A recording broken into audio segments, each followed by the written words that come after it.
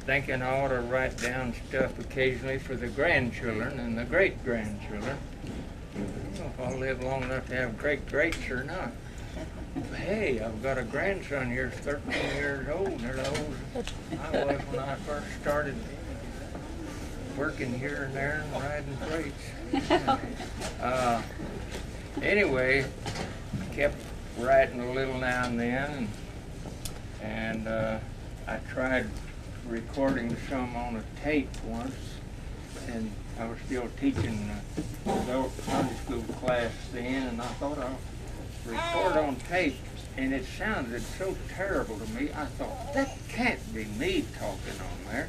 That sounds like some old country hick from way back. And I surely don't sound like that.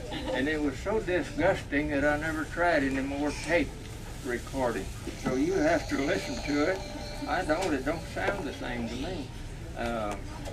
Anyway, after writing occasionally for quite a while, I guess over a 20-year period, why, we got older, of course, and finally my wife passed away, and I thought I just couldn't stand to write anymore. Writing about her, I just go to crying, and I still do, every time I think about her.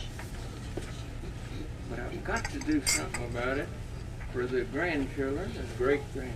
There's only one thing better than grandchildren, and that's great-grandchildren. Irwin Davis is here. He knows my line of baloney, and I know his. I said, Irwin, when I'm reincarnated and come back, I'm not going to have children. I'm just going to have grandchildren. He looked at me so serious. Irwin's got a sense of humor, but you wouldn't know it. He says, but Mo, I don't believe in reincarnation. And I thought, oh, poor fella, he don't get it, does he? He hesitated a little, and he said, and I didn't believe it the last time around either. Anyway, people like that I've got to associate with, you know. And thank you all for coming. You're such a beautiful bunch of people. Oh, my goodness. I've got neighbors here right up the street from me. The only name I know is his first name and her first name and Daniel's first name. Daniel, he says the one out of the lion's den. Oh boy. And they're good neighbors anyway.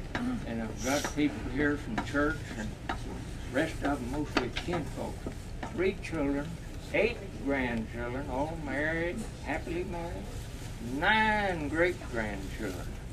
And I have a great-grandson here, he's 13 years old, he's nearly as big as I am, right there. And he's just about the size I was when I left home after my dad died and all this started. And, or that is not all of it, some of it come before there. To start with, anyway, I was born in the little town of Alamagordo, New Mexico, when it was still a territory. It wasn't a state until 1912. I was born there in 1910. And it was just a little dusty desert town until World War II, and they put Holloman Air Base there, made it famous, and they exploded the atomic bomb out just west of there, called it Alamagordo, place where the first atomic bomb. So now it's kind of famous and got more to keep it going than what it had when I was a kid. And I started out here, and I said, memory is a strange but wonderful thing. They say the human brain has more memory cells than a whole flock of computers.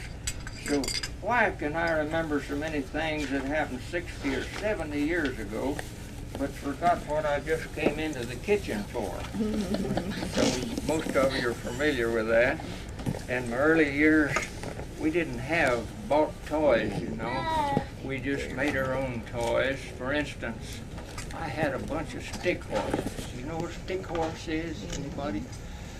They were ready-made in New Mexico. These soto stalks come up with a bloom on top of them, you know, kind of a yucca plant, and you kind of shave all that rough stuff off, and they make the best stick horses. I had a little leather sort of thing that I put on like a bridle, and I had a whole flock of them, and they all had names and personalities. One of them would try to run away with me every time I get on him. Another one would try to throw me off. Another one would stumble all the time. I didn't like him, but anyway. Then for cows, I had corn cobs, and I built a little pasture out of baling wire and drive sticks in the ground for posts. Put baling wire around and put all these corn cows in there. Well, to keep anybody from stealing, I branded them. I had my own brand, MD Connected. Put that D right around the M. Sometimes I had another brand, Diamond with a D in it, Diamond. I would build a little fire. I think in the book that I mentioned, I built a fire out of cow chips. You don't know what those are. I do. I would take a piece of wire and make a little curve on the end. That's what they call a running iron, you know. And you could heat that and brand those corn cobs, and I branded the stick horses. But the most frustrating thing was, my older brother Russell was a whiz with a pocket knife, and he could whittle out anything. He made me the nicest little wagon. It was about that long. Even whittled out the wooden wheels and put a tongue and a neck yoke. You don't know what that is, but that's what from the collar, there's a strap goes down, holds that neck yoke up, and the tongue guides the wagon horse on each side. But anyway, he made the tongue, the neck yoke, the double tree, the single trees, way ahead of you there. And he made all of that, just like a real one. So I needed horses for it. Well, beer bottles, they make the best horses.